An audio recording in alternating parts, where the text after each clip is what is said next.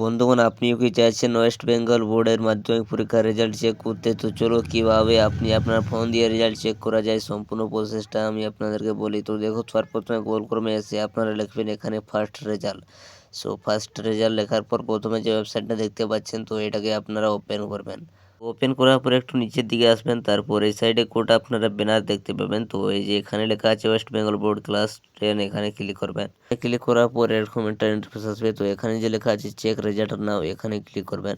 So দেখো, click করার পর আপনারা অপেক্ষা করবেন একটু। সো অপেক্ষা করার পর এখানে যে আপনার অ্যাডমিট কার্ডের যে রোল নম্বরটা, তো সেটা এখানে আপনাকে লিখতে হবে। তারপর যে জন্ম তারিখটা আপনার, তো সেটাও এখানে আপনারা বসায় দিবে।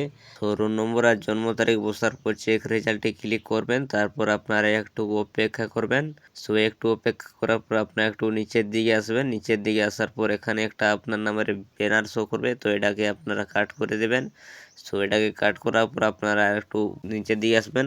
সো নিচের দিকে এলে দেখতে পাবেন আপনারা আপনাদের রেজাল্ট। সো ফ্রেন্ডস, ভিডিওটি ভালো লাগলে অবশ্যই একটি লাইক করবেন।